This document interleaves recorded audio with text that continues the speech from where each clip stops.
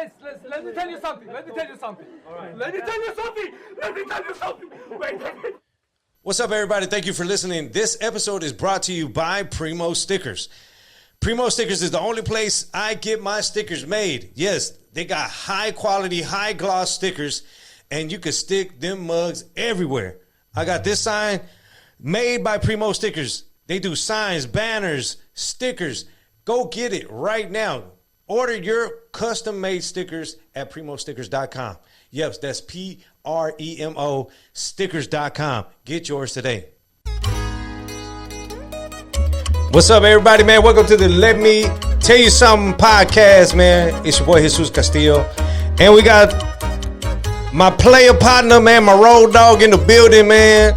Luis Juarez. What's up, player? What's up, pimpin'? Appreciate you having me on. Hell yeah, bro. Yeah, how we doing? We doing good, man. What you been up to, man? A lot of stuff. A lot of stuff, man. Comedy. We did some shows this weekend. Yeah, we did some shows. How do you like the shows this weekend? I was kind of rusty because I'd been off stage for like 2 weeks. Mm-hmm.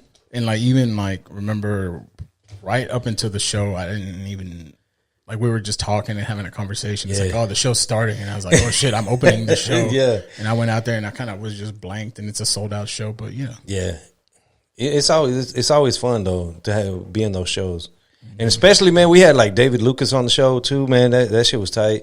Man, he bought us all steaks at the end. At the weekend. That was an interesting weekend. Yeah, for sure. Yeah, it was dope. It was dope just talking to him, man. Yeah, the stuff that he said, bro, like it's just capitalism at his best, bro.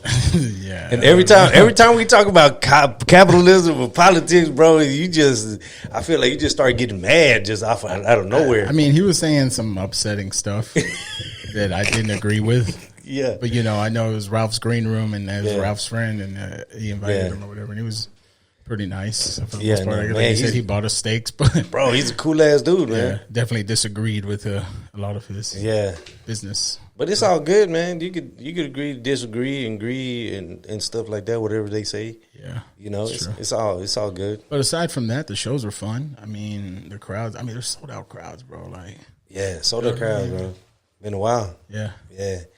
Man, we took like a good ass break, man. Like good 2 months. What do we do? Well, doing shows with Ralph at least, right? Yeah, doing shows with Ralph. Because what was it? The special, and then that was it. Fort Worth, I think. Oh yeah, Fort Worth. Weekend. Yeah. I've been taking some time off, anyways, just from everything. Everything. I mean, I got off social media for like almost 2 weeks, and I felt like. Were you having a breakdown?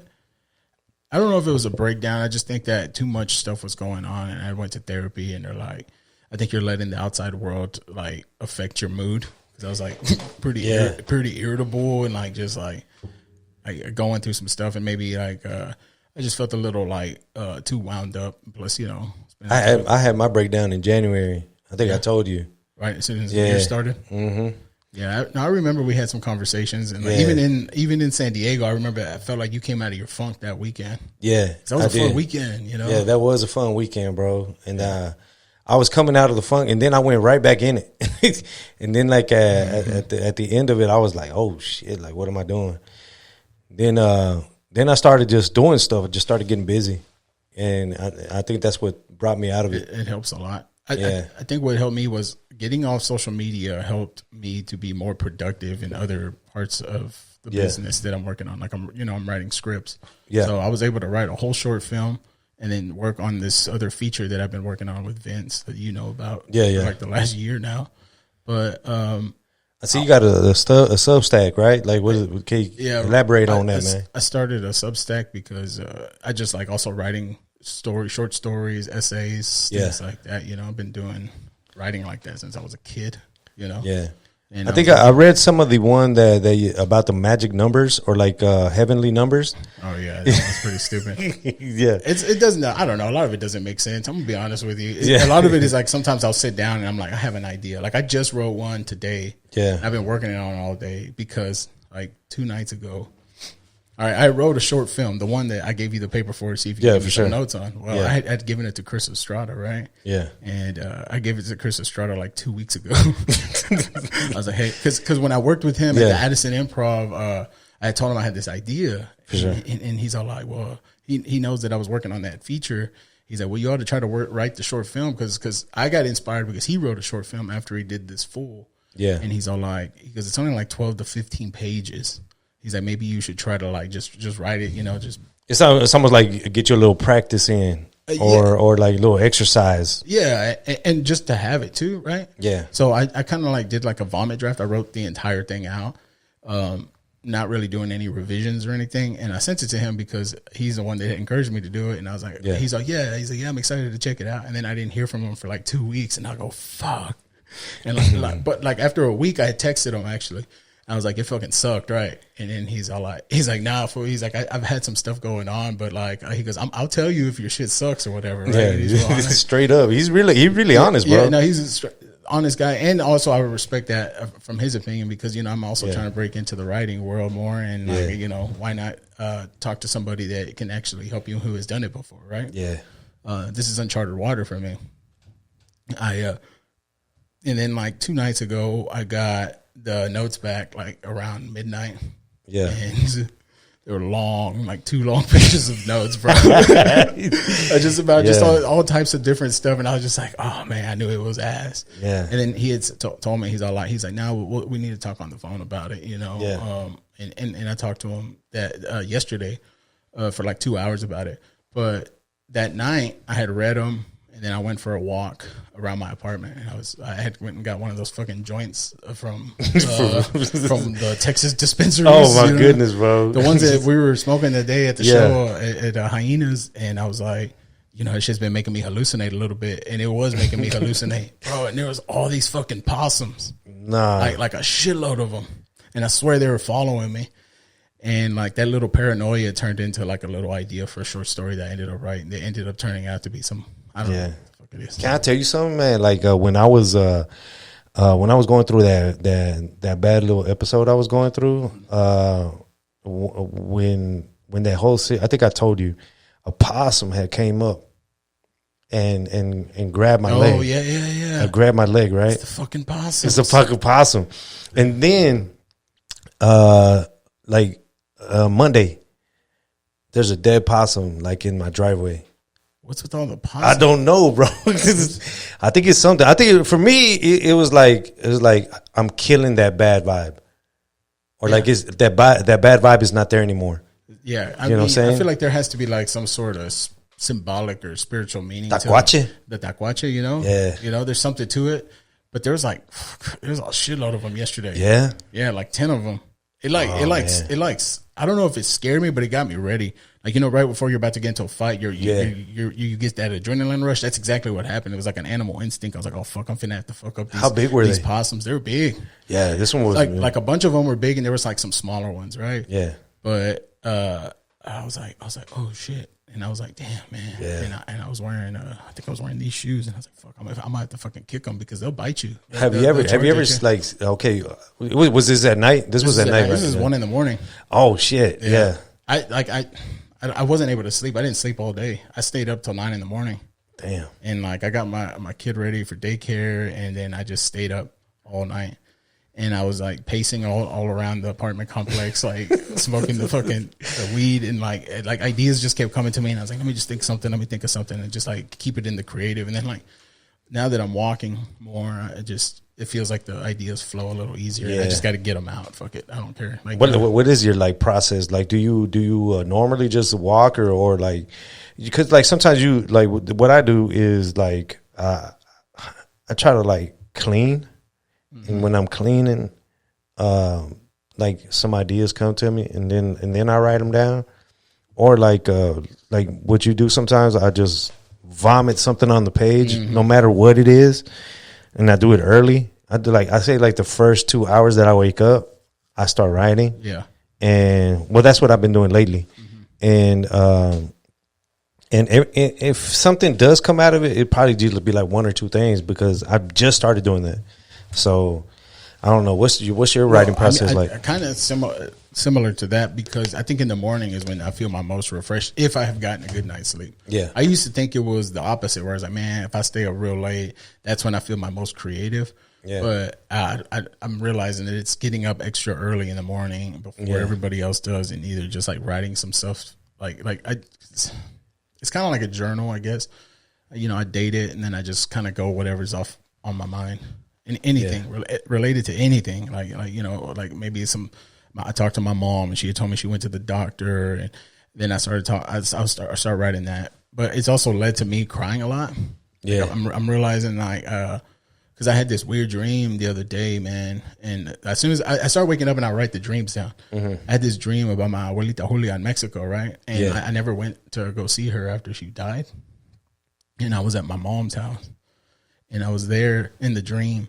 And then I heard like somebody like yelling or like it sounded like they were lost. And I go outside and like my grandma lived next door, right? My dad's mom, but my mom's mom lived in Mexico. And I look out there and I see my abuelita Julia, this small Mexican lady with like white hair.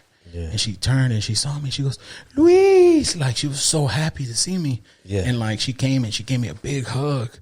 And like it felt so real, like she was hugging me really hard. And then I woke up, I go, what the fuck was that? And then I went and I had wrote down that I wrote it down in like 2 sentences. And then Lennox got up and I was like, fuck, I gotta go get him ready. Yeah. So I didn't think about it I wrote it that day and then that night before I was about to go to sleep, like around like 11 or 12, and I started writing out everything. And I was all like, damn, like, I was like, why did she come see me? I was like, maybe because I never went to go see her. She had to come see me to come find me, you know? And then I just started crying, no passport, nothing. Yeah, bro. Like she doesn't need no passport in the afterlife, bro. She don't need the afterlife. she don't need no papers in the afterlife, baby. Ain't no borders in the afterlife, dog. I don't know how she found me though. She found me though. Trump might want to get that too, bro. I know, bro. He's trying to regulate down the real. They're coming for the spirit world name, dog. That's what it is. The soul society. The soul, bro. Oh, bro, it's crazy. I've had dreams like that too, man. Where it's like very real, and like people that come visit you, man. I think it's something good to me. What threw me off about that one was that like I the next day I called my mom and I was like, hey, you know, soñé a mi abuelita. And she said, ¿en serio? And I was like, sí. She's like, pues ya hace 10 años que falleció. You know, on that exact day that she came to visit me. What? So like either like deep down subconsciously I remember the date, you know, and it came back to me in a dream, or maybe there's some sort of connection between the spiritual world and also the real world. You know what I mean? So I don't fucking know. I'm not like a real religious type of guy or spiritual type of guy, but I'm trying to get better at understanding that maybe I feel like you do like man, I feel like you are spiritual sometimes. Cause you're the one that got us into mushrooms and shit. Like when and I think that's spiritual. Yeah, I feel mushrooms is like very spiritual, bro. Like, bro, I never thought I thought like when I was doing mushrooms, it was like I could see people's aura. Yeah, sometimes it feels like it feels like it feels like a little like you have a glowing sense of everybody. Mm-hmm. And I feel like at one point I think we were doing mushrooms in Las Vegas, and I think I saw like an armor on you. Yeah. Yeah. That was the first time we all tripped on the road, right? Man, that was crazy. That was crazy because Ralph, man, feels like forever ago now. But like, yeah, how long has Ralph been famous? Like 3 years, three, 4 years, right? Yeah. He's like mega famous now, but back then he was just barely breaking through. But he was selling out shows everywhere we went. Yeah. And then I remember doing the shows in Vegas, and he had done shrooms maybe once, but you had never done them, right? Yeah, I'd never done them. And we all tripped balls. Yeah. That was fun. I was thinking about that the other day because I was watching that movie, Anora. And remember, you've seen it, right? Yeah, I've seen Anora. They're at Fremont Street. And yeah. And I was like, oh, that's where we went when we were tripping on shrooms. I still got like videos on my phone of just like looking around and like, I don't know. I think about that cab ride. And that guy playing that cab. Bro. He played that AC/DC song, that Thunderstruck. Yeah, I felt like I was in I feel like I was in a spaceship. Yeah, bro. Because all the lights and shit. Yeah, I was like, damn, we're going warp speed, bro. We going Because I remember Ralph sat in the front, me and you sat in the back, and like I remember being like, "Oh," and then Ralph was like, "Whoa!" I was like, "Oh yeah." I felt like he did that on purpose, bro. Yeah. No, we were tripping, bro. We were tripping because I mean, with me and you were tripping hard, and we all ate the same amount, and we're 3 times his size. Yeah, that's true. He had to be tripping really hard. Yeah, I would assume. Balls. Yeah, but that was the funnest cab ride I've ever had. That was cool. Yeah. I mean, AC/DC is cool and everything, but like for some reason that song that night, Thunderstruck that night, always gonna stick with me for that shit, you know. But then we went back to the hotel. We were staying at the Circus. Circus, bro. The most. If you really want to trip balls, go to Circus. We left the room because you couldn't stop laughing, and we were all like, "Stop laughing! Like, stop laughing!" You were like, "Ah, damn, what's that guy? What's that? It's like an Avengers movie." Damn, is it Benicio del Toro? Isn't he one of those guys? It's like, it's like magnificent. Oh yeah, magnificent. Is that what he's saying? Yeah. That was you with the shrooms. You're like, we're like, oh. So we started walking the fucking casino, but that was cool too. Also, just kept smoking weed. Yeah, on top of that, we kept. I just kept laughing, bro. It was just uncontrollable. Yeah. Yeah, it was fun time. But it was fun. We definitely abused the fuck out of shrooms after that. Yeah, like nasty. I think the last one when we were in Seattle, I could think that one's the one that like really pushed us over the edge. We're like, all right, maybe we should really scale it back on this. But we were gone all the time. I mean, I think a lot of it was us disassociating because we were like so used to being at home with our families and like, you know, occasional road gigs. But this is where we were gone like 30 to 40 weeks that year, and it's just like, oh man, like, you know. And mentally, I think we couldn't deal with it, and I think I mean, like tripping balls was, you know, it felt like an escape. Yeah, for sure. You know, along with the weed and then also the drinking. It said we were going hard as fuck actually that first year because it was all new and it was fun. You know. Yeah, but I don't know. Now I feel like I haven't done shrooms in like man, I can't think of the last time. Maybe like 6 or 7 months, probably. 7 months. I haven't done maybe even longer. Yeah. I think it's been a whole year. I haven't had the want to either to do it. You know, I just now I'm like I feel like I'm just trying to get healthier again. Yeah, for sure. You know, really like try to work out, eat healthy. You know, try is that like main priority right now, or like main priority is like something else? What do you put as main priority on top of the list? Health or mental health? Mental health. Mental health, but they go hand in hand. You know, if you eat good foods, you know, fresh foods. You know, I just spend the extra money, go to like Sprouts, and I feel like there's going to be somebody in the comments be like, "Bro, come on, dog." Yeah, I mean, I'm down. I'm down 50 pounds, so I know I'm down from what I was. I feel if people in the comments just be wrecking, bro. We fat, and I know we fat. Yeah, but like, look, just like when we were like. We were in the green room with David Lucas, and we were talking about like being on the diet, and he was talking about, nah, man, eat steak and stuff like that. And I was like, bro, we all fat, bro. Yeah, I know. Yeah, but I also don't want to discredit because I do know a lot of really healthy fat guys. Yeah, and I know a lot of very unhealthy skinny guys. For sure, you know. Yeah, but it's not a secret to anybody. Nah, it's not a secret. You eat fucking healthy food, you feel better. Yes. You know, but there's no access to free foods in some places. Sometimes it's just more convenient to fucking get a burger and a fries. Like, you know, or I don't know. This is capitalism, bro. Bro, don't man. It has a lot to do with it, dog. It has a lot to every do with time I bring up like a way to get money, he's like, bro, that's capitalism. And and I go, bro, I'm trying to make you not be broke. Nah, no, not like that. Not like I don't know. After a while, though, you have to ask yourself, like, why isn't there more access to fresh foods? Yeah, you know what I'm saying? Or why are they so much more expensive? You know what I mean? Yeah. Like, I don't know. I got a rancho right now. That's a Mexican supermarket. Man, they have fruit and vegetables and stuff like that. Yeah. They pretty fresh. Yeah. Like I go out there and get a papaya. You know, that's true. Yeah, papaya. And it's just down the street. I could go walking. Yeah, that's true. Yeah, yeah, but this area is getting gentrified. It is, and also the rancho has always had good like veggies and fruits. You can always like rely on that. Yeah, maybe it's more of like access to like other stuff too. You know, like juice bars and stuff like. I know Bishop Arts is growing and all that. There's all I feel like the like fish like healthier meats, I think it's hard to get by. Yeah, especially like in the meat markets that are around here. It's nothing gonna be. It's gonna be cow and pork and chicken, but the fish or like seafood is gonna be very, very hard to get by. Yeah, like bro, you can't get a good salmon here. Yeah, a lot of frozen tilapia. Things that like are like, hey, this is fish, so it must be healthy. But actually, it's all like got all those toxins and stuff in it. Yeah. No, they made it from an embryo. It's not real, right? It's not real. They made a fish. You know, they regulated now where meat is made in the lab. You know, it's like it didn't even come from a cow. It just generated.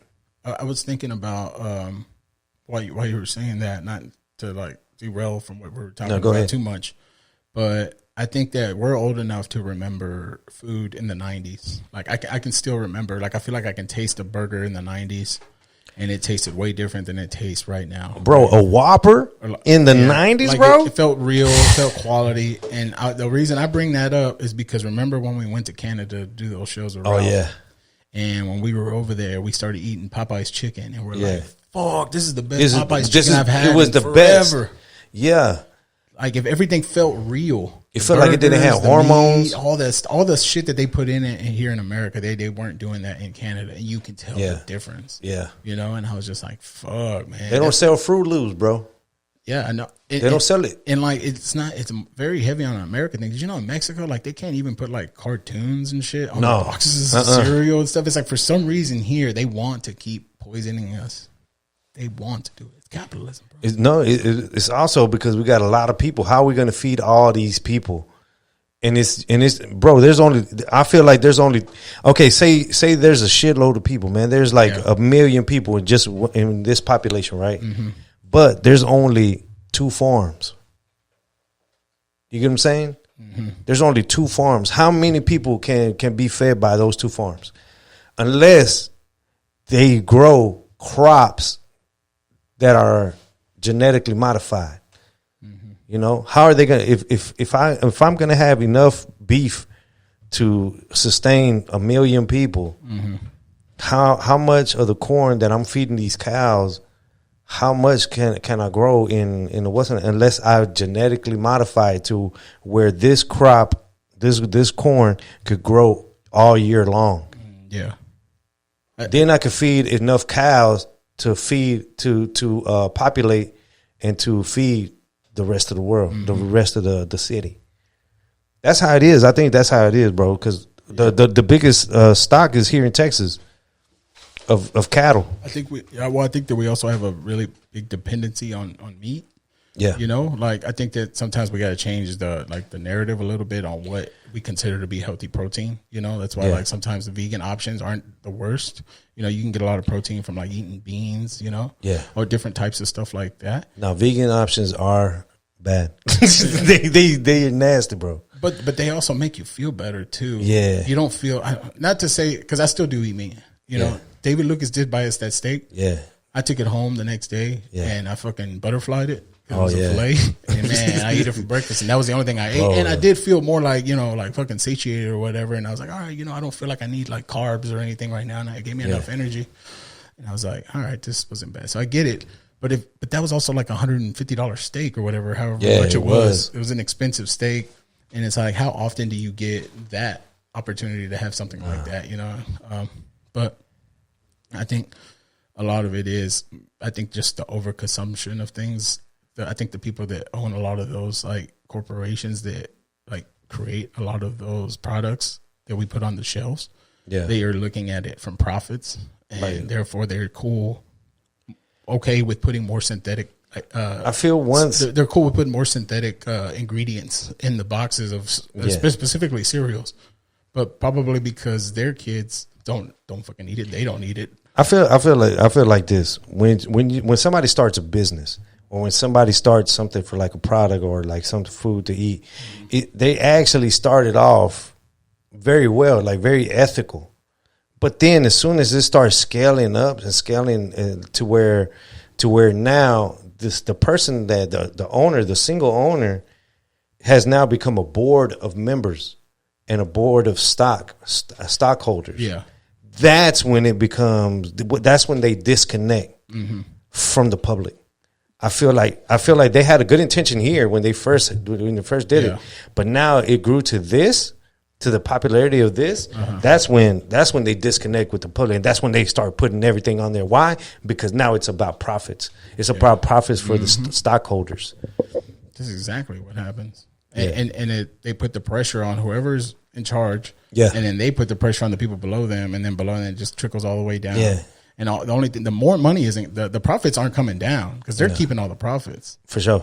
But all the fucked up shit, the lower wages, that shit comes down. You know what I'm saying? Yeah. In order for a business to sustain itself in America, they consider it showing a profit is the most important thing no matter what. A profit margin. So the profit margin, you might not have sold more, but you paid people less. So it seems like you're actually progressing, but you're really, I guess you are, but it's because you're taking money away from the poor people. Or from the working class people. Yeah. You know, I think we're all poor in a certain sense now. Oh, no, I'm poor. Yeah. I mean, I'm straight up poor. I'm way closer to being homeless than I am being a billionaire, you know? But I think we all need to develop more class consciousness, and we come together and try to at least agree on the fact that rich people are fucking us over. Yeah. You know? I agree on that. We need everybody to agree on it. And then we all come together. And then they'll eventually come get me and take me away. Because they will. They're coming for all of us. Yeah. I came on this podcast only to tell people that it's coming. He came in this podcast to radicalize everybody that listens to this. You're trying to please buy books now while you can. Bro. Stock up. We had a lot of libraries here in Oak Cliff. Now I think there's only one. Yeah, I know that. I was asking. I was like, that one over off of Davis and gone. Zhang's gone. Gone, bro. Damn. Davis and Zhang. Is it Davis Zhang or? No, you know what I'm talking about. I think the one off of 12th Street. I don't know, but it's gone. Yeah. Most of them are gone. I think the only one is probably the one off of Hampton, which it's over there by like a elementary school. But like they're taking away libraries, bro. You know how libraries were the only, when you're in a like low income neighborhood, libraries is the only computer you got. Yeah, and libraries offer a lot of good services. Like they teach you financial management, things like that. You know, help like they didn't have that when I was growing up. I'm sure they have stuff like that all the time. I know they had like arts and crafts. They have arts and crafts, things like that. I mean, kids stuff, access for kids and things like that. You know, it all depends on which library, I guess. But they offer a lot of good stuff. I love going to the library now. Like I'll go rent a room and I'll sit in there. Like they'll give you like some chalkboard or like some markers. And then like, since I'm mapping out the movie, I got to put everything on the wall. And I sit there and I'm like, all right, well, fuck, how's this going to work this way? And it's all free, you know? Yeah. I feel like the library is cool because I feel like I don't have to buy anything when I go in there. It just feels like natural. It feels like non-capitalism. Yeah, it feels like socialism. Nice. It is socialism. It's a socialist program. We have socialism in America. I mean, I don't know. Why is it somebody like so many people against socialism, or why is that? Because it's more like a how can I say, what's that other word?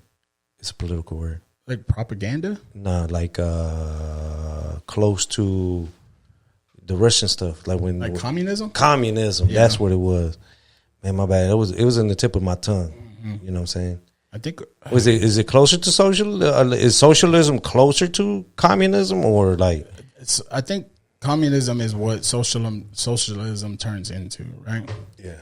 And they want us to assume that state-ran media is communism. That we should like.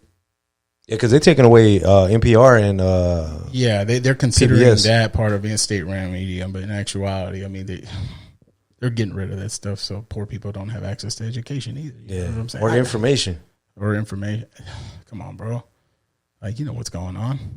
It's fucked up. It is fucked up. It's the administration. That's what I say. I know it's fucked up. Shit, Trump. That fucking piece of shit, Elon Musk too. You know that they're coming for Elmo, bro. They're coming for Sesame Street. They're coming for Elmo. They're coming for all these educational programs, bro. Bro, they killing Cookie Monster, bro. They killing Cookie Monster. C is for communism. Is it enough for me? I don't know. I just would be very okay with it all just going away and then us just having to rebuild at this point. I feel like at this point, what are they trying to do? Are they just trying to hit the reset button? They trying to reset like how we run things in this country, or like what? Because they're deleting everything, like programs that were there to help, like people like that can't get help. You know what I'm saying? Yeah, I mean, it affects the most marginalized communities, everything they're doing. And everything they're doing benefits the wealthy. You know, they're trying to get rid of they're doing all these cuts, right? Or they're like, oh, we need to get rid of these programs like the PBS, you know, NPR, stuff like that. But in actuality, that stuff only makes up like 0.01% of the budget, right? Yeah. And when we have like 50 to 60% of the budget goes to the military, you know? It's like doing your house budget and then being like, where's all our money? He's like, 60% of it goes to me buying weapons, guns, things like that. So what about books for the kids? It's like, for what? You know? I don't know. We don't need them to read. We need them to shoot. It's a heavy subject that we talk about all the time. I don't know. It's just sometimes it just gets overwhelming, man. It's like like you say. I feel like we talk about this stuff a lot, but like, hey, bro, like. Sometimes I feel like, bro, what can I do? What can I do? What is the starting point of me doing something about it? And the first thing you said was vote. Yeah, or organize, right? Like you get with other people, like-minded people. Yeah, see what y'all can do. Like we did have this conversation. Were we on the road? We were on the road, and we were almost like. Having a full-fledged argument. Like, this motherfucker. I was mad. I don't know. I was fucking, all this shit that's been happening. Again, that's why I had to get off social media for a little while, because the news was becoming way too overwhelming. And I was like, just angry. But this is what it is. This is what it is, bro. When you go on social media, it's going to throw everything that you are looking for at you. Like if you looked for it, it's going to throw all of what you looked for at you. Yeah. To the point where you're like, bro, oh shit, like you're gonna get overwhelmed. Sure. Yeah, that's why social media is crazy. I try to throw my algorithm off. Yeah, and I'll search something that I ain't never searched before. That's how I throw my algorithm off. I try to trick my algorithm. Like right now, I've never seen tennis. Now I got some tennis players on my algorithm for no reason. Because you wanted to look up a tennis thing. Just to throw off my algorithm. It's fun and cool until like the AI starts making the content for you based off of the two things you're trying to separate. For sure. Like I'm gonna get on there. If I ever get on social media and thick ebony Latina is teaching me about capitalism, then I know that they've been listening the whole time. They've been listening the whole time. You know what I'm saying? They know everything. A big my deepest desires. Some girl with a fucking BBL. I'm like, damn. He's talking about economics. I was like, hold on, what's she say? And she got a little wonky eye. I don't know how they know I like the wonky eye. Nah, she got to be a little cross-sighted. Nah, I don't know. Yeah. You got to throw the algorithm off, bro. It is that it had too much control over me. Yeah. So I got off, and it really was because, like, man, I had been avoiding doing a lot of work that I knew I needed to do. But I think I was going into this pit of despair and thinking about all the fucking political stuff going on. Social media is just procrastination. That's what I learned. Waste a lot of time on. That's it. That's all I do is procrastinate on it.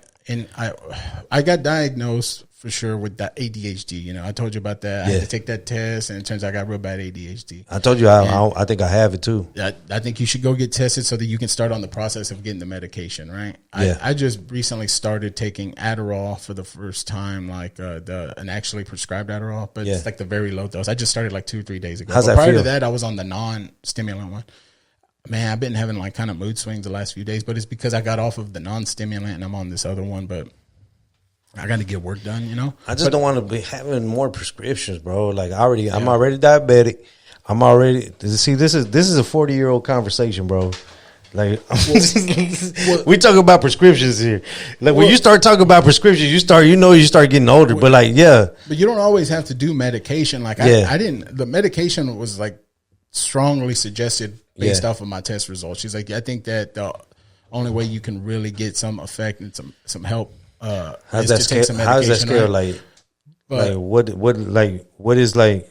How severe is your ADHD to where like you have to have prescription medication? I don't really didn't understand the test a whole lot. It's called a QB test. So if anybody out there that knows about it or whatever, but based off of the results, she told me that it shows that I have severe ADHD, and it just shows on there severe ADHD. Severe, yeah. That's like saying like morbidly obese. Is that like the song? Yeah, it's not just obese, bro. Morbidly obese. I was like, you dead already. You damn near dead. Somebody said that. Dead? Bro, you morbidly. I'm like, bro, morbid? I got morbidly ADHD, dude. Morbidly ADHD. You got morbid ADHD. But I've been doing more research on it too, right? Because I was like, at first I was mad about it. I was like, man, people have been telling me I had this shit my whole life. What the fuck? Like, what the fuck? Like, I just got angry about it. I'm like, damn, like, what? Why did it take all of me having to go through all these fucking loopholes to get this shit?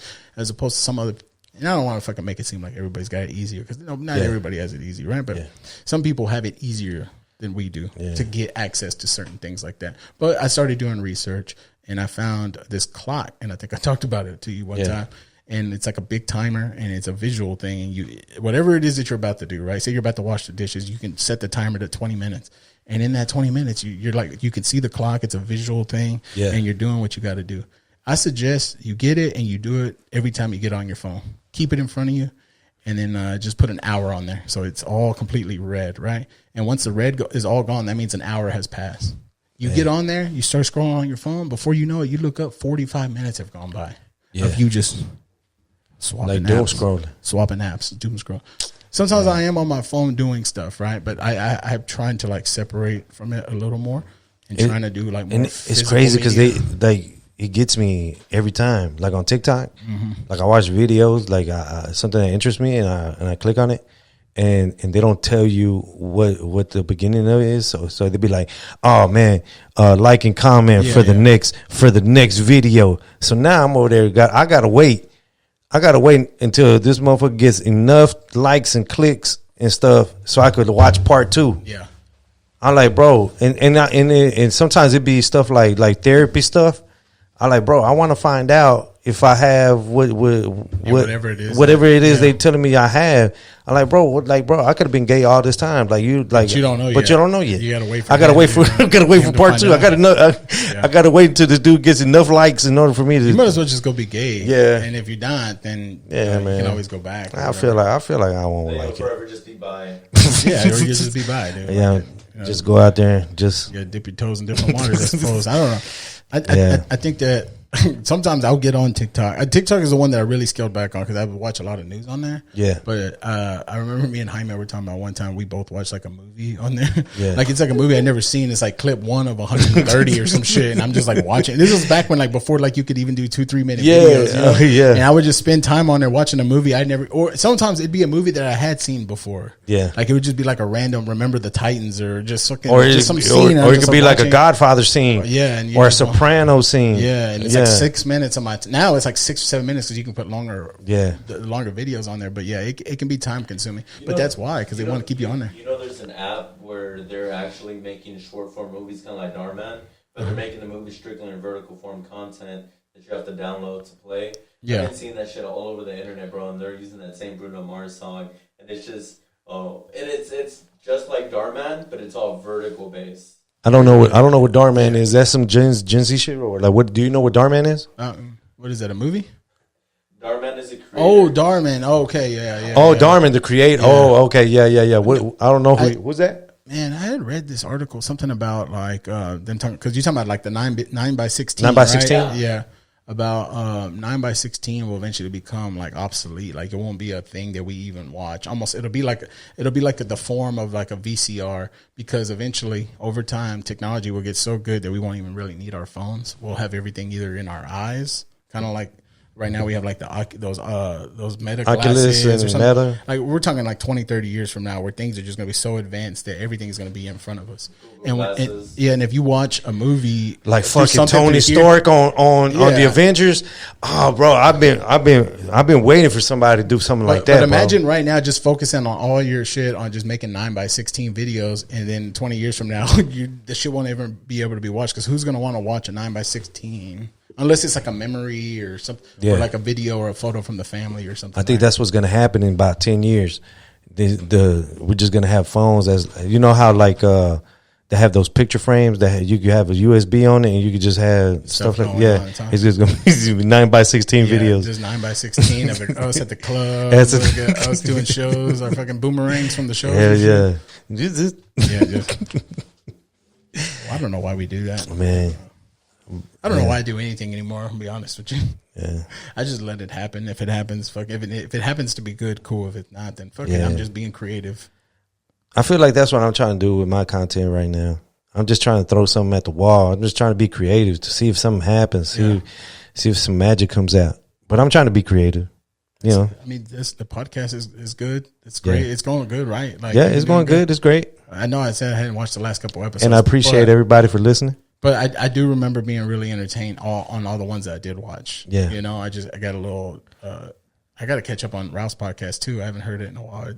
Fat Fish, you know, and also I need to do an episode of mine. I have one sitting in the thing. I just haven't like gone back to edit. You got to pull the trigger on it, bro. I've just been so focused on the writing stuff. I don't know. I just get a lot more joy out of it right now. Yeah, you know, just sitting it's those creative juices coming out, bro. It's because like to tell you the truth, bro. I've always thought of myself as not a good writer. Always, like especially being around you and Ralph, because I feel like y'all were at another level than me. I feel like I was more like a showman or like somebody that just had like, I don't know. I still don't have nothing like organized or like structured. I don't know. I think that your stuff has gotten like way more structured in the last like 2 years. Oh yeah. But even before that, structure is kind of like just a guide. Structure is just something you have to make things more digestible for other people. For sure. You have always had the ideas. So there's always been gold in them mountains. It's just you got to figure out the right pick and the right swing to get the gold out to show the people. You know what I mean? And I think that comes with experience. Yeah, they say it takes like 10 to 15 years for a comic to really feel like they're getting in the pocket.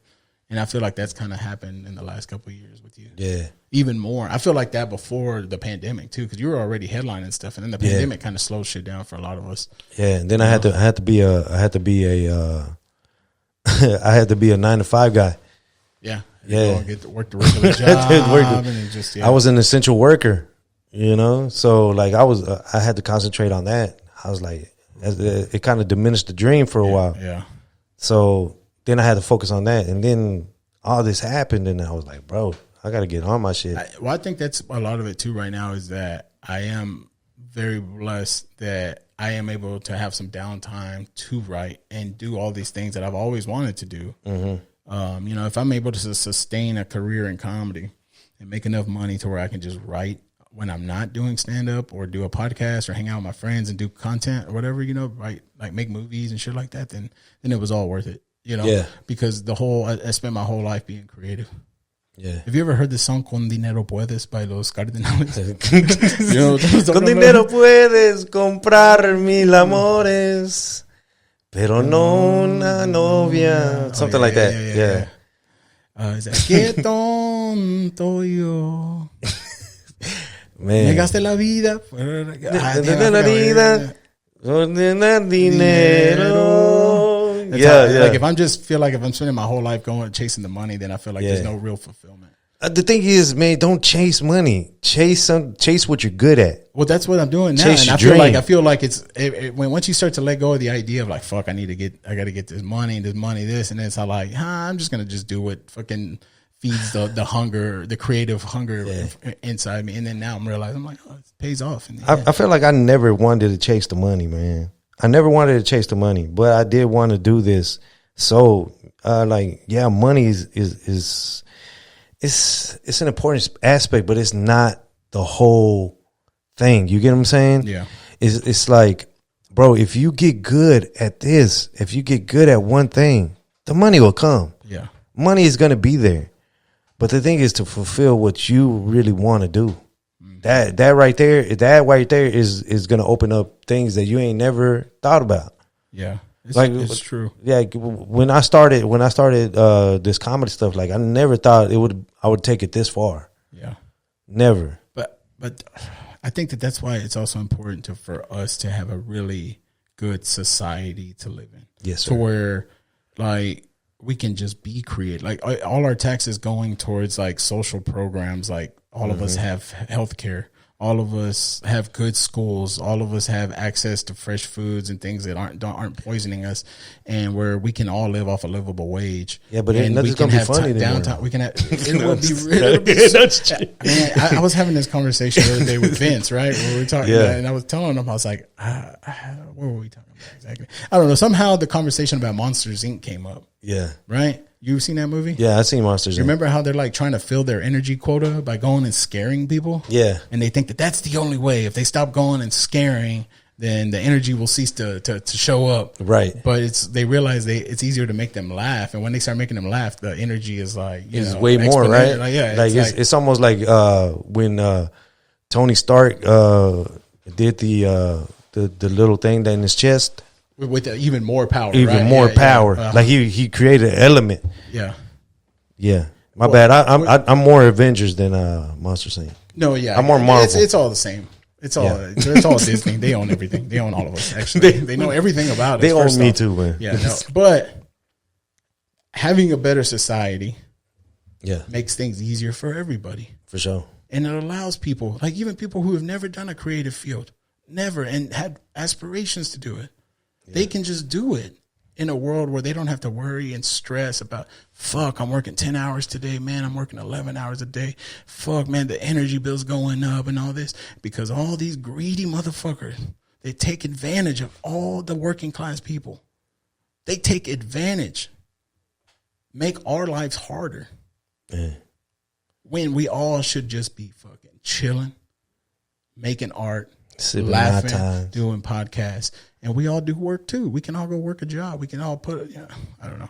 I don't want to like sell this dystopia because we're so far removed from it. But I feel like we were working on it, but then somebody just had an agenda or something, or like I just feel like we took a sharp turn. We took a sharp turn left because like I feel like we were like, come on, bro. At one point, Akon was going to build a city that was sustainable. You know what I'm saying? And I feel like we were going to go green. I feel like we were going to make a discovery soon about how we could have energy that could last a lifetime. Yeah. I feel like we were going towards that, but then we just like, what the fuck? Like, where are we going now? Our dependency. On fossil fuels and stuff like that. So where are we going now? Are we going backwards? Or where we going to go? What are we going to do?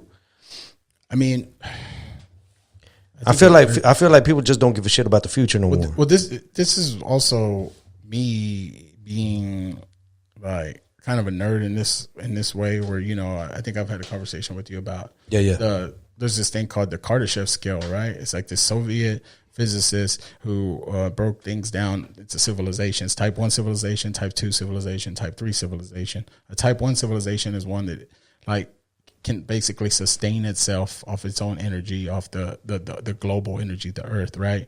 And also I think solar, and then like it's all one currency. And like it's all basically starting to where we'll eventually start going into outer space. Mm-hmm. We as a society are like 0.7, I believe, since like the 90s.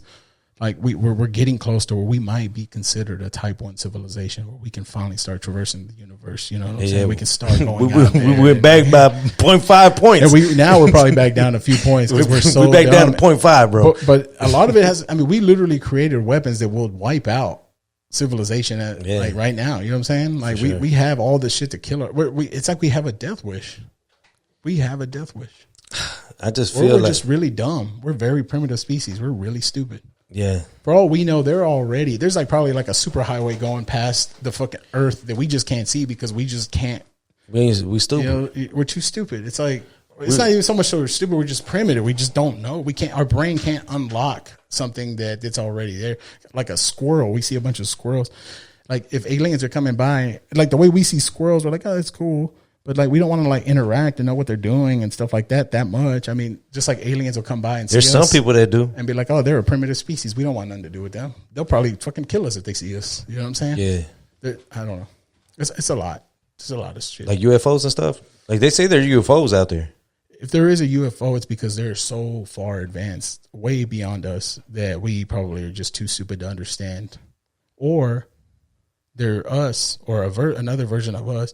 Like a dimension? That is way more advanced too, and they're just here to colonize us also. Because that's also like a working theory too, is that once we do become type 1 civilization, there could be like a type 3 civilization waiting for us to like advance, and then they'll attack once we become worth attacking. You know what I mean? Damn, like right away?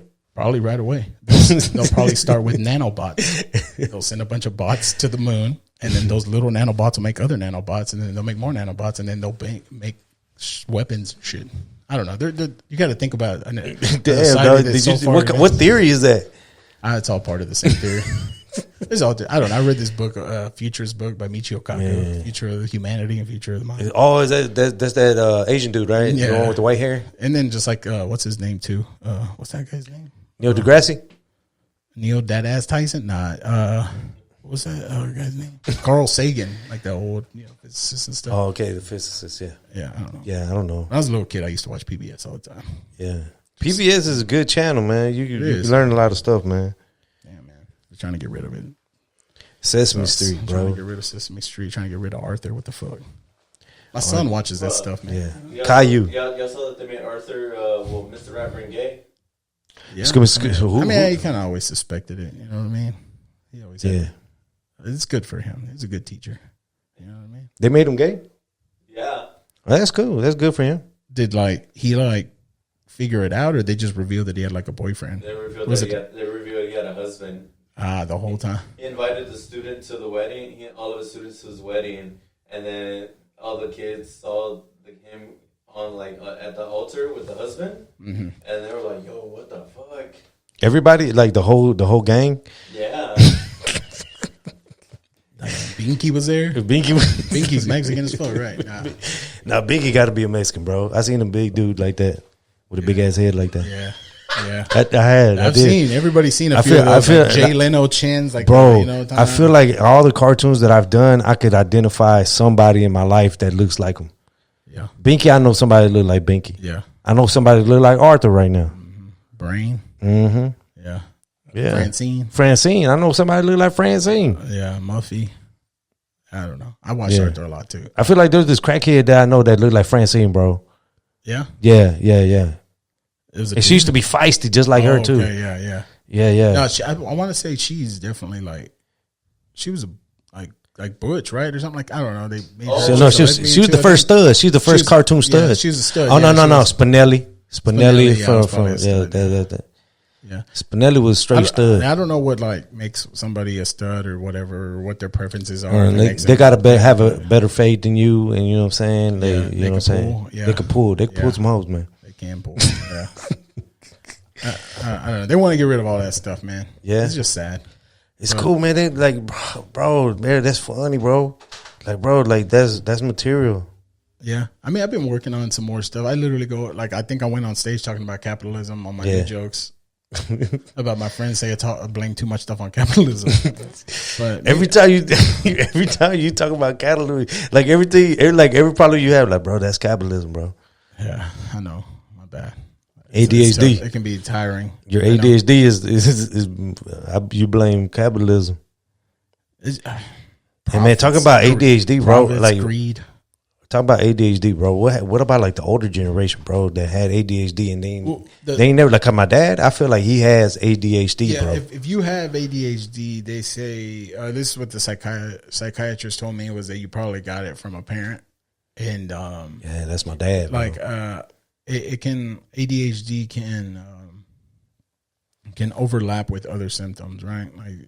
Like say you got a circle on this side is depression, a circle on this side is anxiety, and there's a circle in the middle that's ADHD. It takes a little from both sides. So somebody might just think they have depression because they hit real deep depressive states, and they're like, "Oh, this is depression." So they go to a doctor, and the doctor prescribes them just medicine for depression, and then also with anxiety, but in actuality, the whole time they have ADHD, and it leads to mood swings and it's more of I guess a dopamine thing.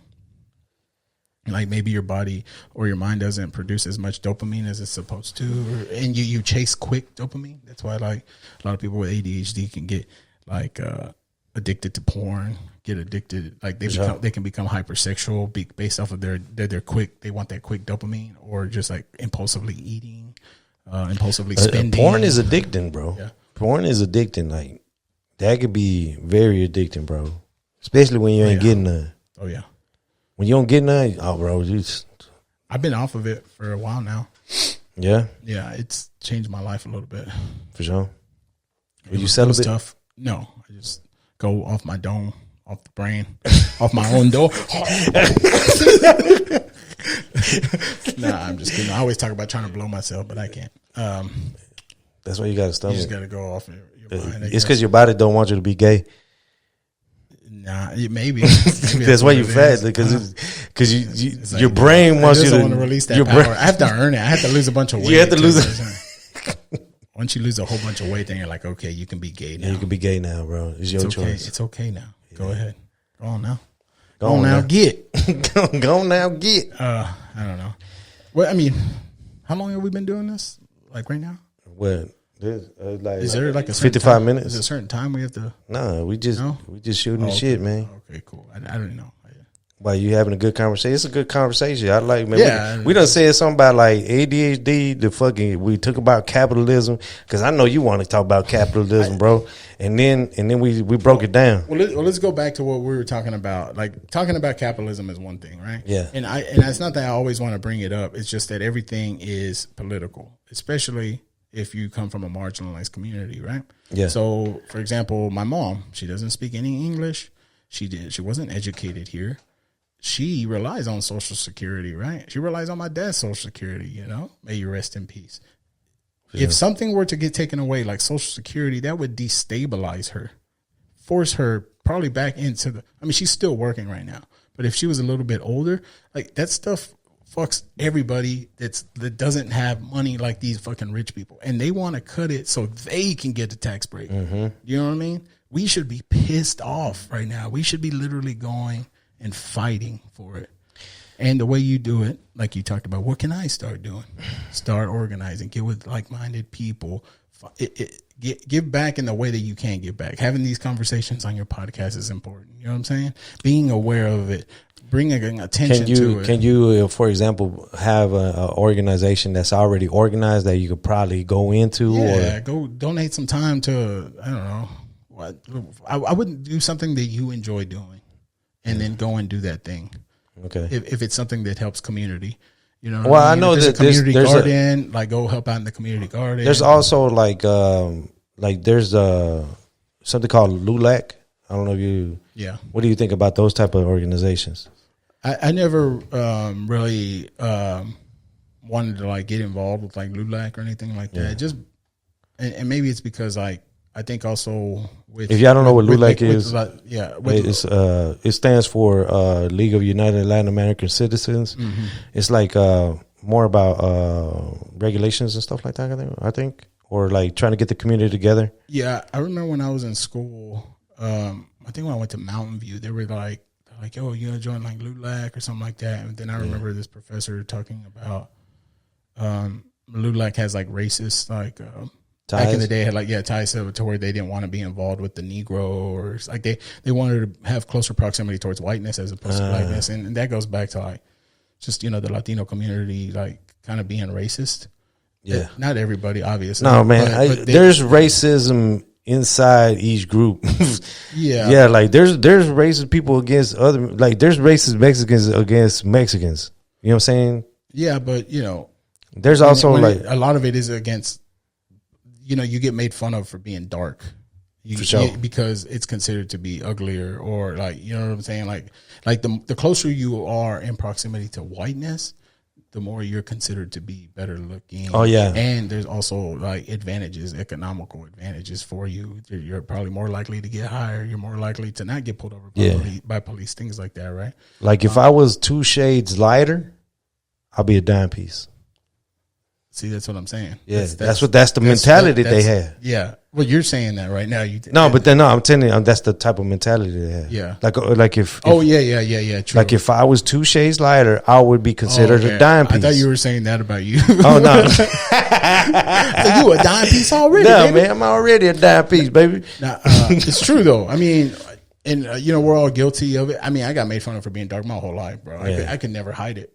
Yeah. There's people that did they call you Prieto or? Prieto. My grandpa used to call me El Negro. El Negrito. My grandpa, bro. Huh? Yeah. Yeah. I mean, it is what it is, bro. Yeah, and it shouldn't be that way. But you it's so much stuff. But they don't know. The only thing I can say to people is just go and read something. Go and do the research yourself. Don't put the burden on other people to teach you. Go and make the effort to He's learn. saying that because I was telling him, bro, teach me, dog. And I would tell him on the road, teach me, bro. And he was like, bro, don't put that burden on me, dog. I told you, I was like, there's books I can recommend. Yeah. Go read was it The Revolutionary with Fred Hampton? The New Jim Crow by Michelle Alexander.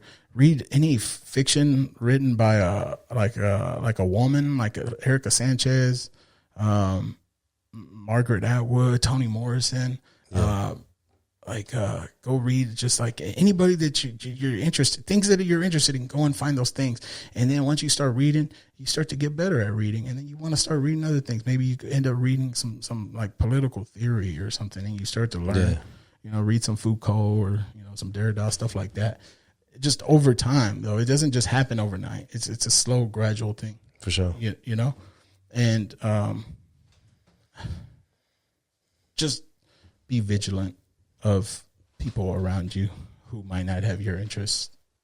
Oh, yeah. And you know what I mean? I don't know. I don't want to talk be blatant with what I want to say, but because I don't want to talk about that. But there's a lot of racism still going on. Oh, for sure, dog. Sometimes some people just it's blatant racism out here. Bring it up, and inside, I'm just like, man, I want to beat this motherfucker's ass. But yeah.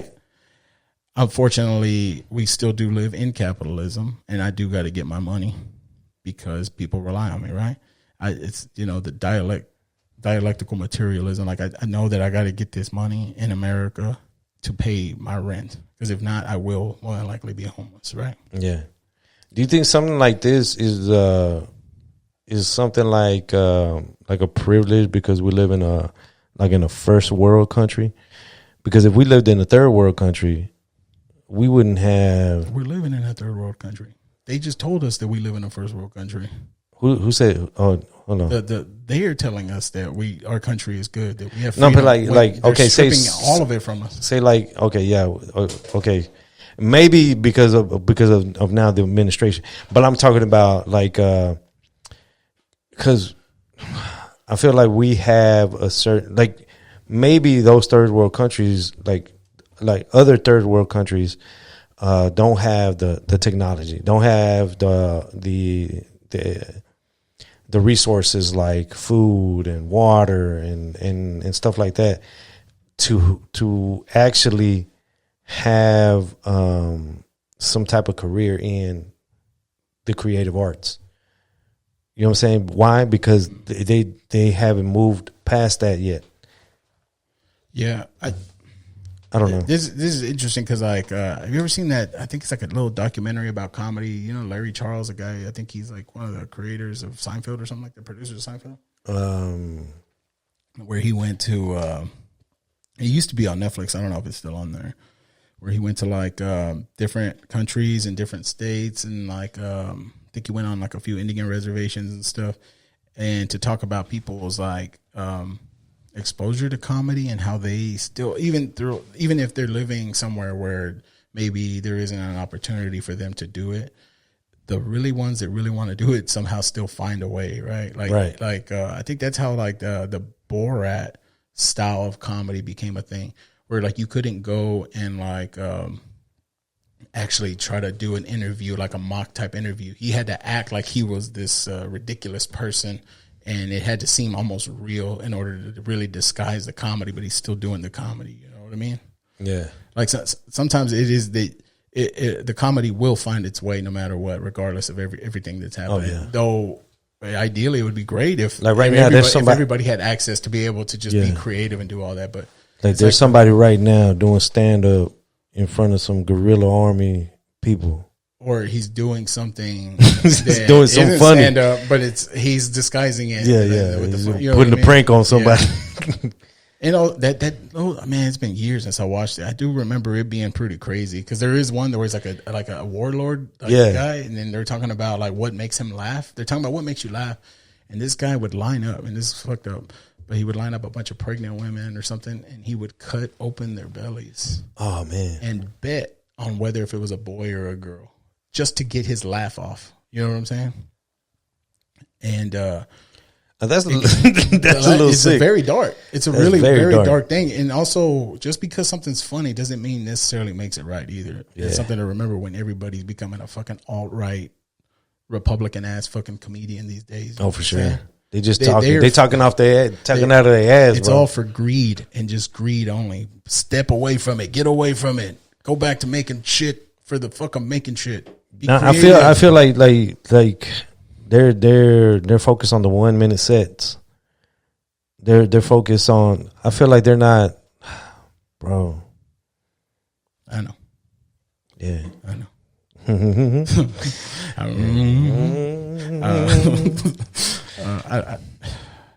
It's a lot. See, this is what it's like. We're on the fucking road again. It's not that I didn't want to do the podcast. Yeah. I just like I don't prep for anything. I was like, oh fuck, I gotta go. I had to get my kid ready for bed. And I was like, oh shit. And I'm like, all right. You talked about some dark ass shit. Yeah, my bad, bro. My brain is all over the place right now. Yeah, it's cool, man. I slept 7 hours in the last 3 days. He's playing the Undertaker. I just also hate to see when somebody has so much potential and it just seems like it gets wasted. Or like they don't even try to get to the potential they have. They stop at something that they see. You know what I'm saying? Yeah. Like where they don't dig far enough in. You get what I'm saying? Mm-hmm. Like I think that comes with time though. I think everybody goes at their own pace in this thing, right? Yeah. You know, I think some people like burn out quick. Yeah, they do. Like, man, I saw success, and I'm just like, man. There's this song. It's called "Eye of the Tiger," and like he says something about don't trade your passion for glory. That's what a lot of people do. They're ready to get that glory without having to use the passion to put the work in. You know what I'm saying? They give up on that. Or they see somebody else doing it and they make it look easy and they think that that's just how it is. Which, this is a story of everybody's life and every probably business or every type of craft or whatever. Everybody has their own journey. Everybody has their own way that they're gonna pop off or they're gonna do something, man. You know what I'm saying? I also just kind of want to get away from like the whole competitive thing. It's just kind of let's all just do what we do at our own pace. How we, you know what I'm saying? I don't want to like be like, oh, he's doing this, so let me do that too. You know what I'm saying? Or like, let me, it's like, cool. Because he's getting there. I need to try to keep up and get to that. It's like you should, like the only person you should always be battling should be yourself. Like, you know, it's like you ever play Mario Kart on like you do a record and then like you can race. You're trying to beat your record? Yeah. Race your ghost. Oh yeah, you can do that? Or they used to be able to on Nintendo 64. I had a Nintendo 64, but I had to give it away to my cousins in Mexico. Oh damn. Yeah, I did that with my Sega. Yeah, over there, yeah, man. And I wasn't really like a lot of video game dude because I always worked. I was always working, bro. I've been working since 13, bro. That's capitalism. Yeah, man. Capitalism had me in the chokehold, baby. That sounds like a first world problem. That sounds like a third world thing right there. Yeah. I was working with it. It's first world for a lot of people and third world for a lot of other people. Yeah. And a lot of those other people just happen to be from marginalized communities. And when most people are from marginalized communities, they just happen to be black and brown. Wonder why that is. Message. Do your homework. Yeah. Hey man, it was cool having you on the podcast, bro. I appreciate it. Yeah, man. It's been a long time. I've been telling you to come on the podcast. I know that one day I came in here, I had been up all night too. Remember? Yeah. And I fell asleep and I smoked that weed and I was like, fuck, I got the sweats. I was like, fuck, man. Yeah. Fuck. Like, I had to go home, but also my kid was in the hospital that night. And I was just up all night. Oh yeah, man. But yeah, I apologize, but I'm glad I was Hey, man. Able to finally come through and fucking do it. So you already know what we do at the end of the show. At the end of the show, we got something called Motivation Mondays, and it's probably like the first clip that we put up on Mondays. So you can look at this camera over here on the over my shoulder, and just talk to the people, man. It could be funny, it could be whatever you want, man. It's just on you, man. Let me tell you something, man. This is Motivation Mondays. And we got Luis Juarez motivating the masses. Look, I don't know if there's magic words to help motivate you exactly, because the motivation has to come from within. Search for it. Try and take some time. Get off your phone. Do it for a week. That's what it is. Just do it 1 week. Get off your phone. Erase all the social media apps. Go hang out with your friends. Go to the park. Read a book. Pick up some painting supplies and start feeding that creative thing in you, and stop looking at things through a greedy lens. I know that times are tough and shit's getting more expensive, but you know what? It's going to be like that. So don't forget your humanity. Tap into that shit. Tap back into what makes us us. Money doesn't make us us. Us makes us us. Be human. Fuck. Let me tell you something. That was Luis Juarez with Motivation Mondays. We see y'all next week.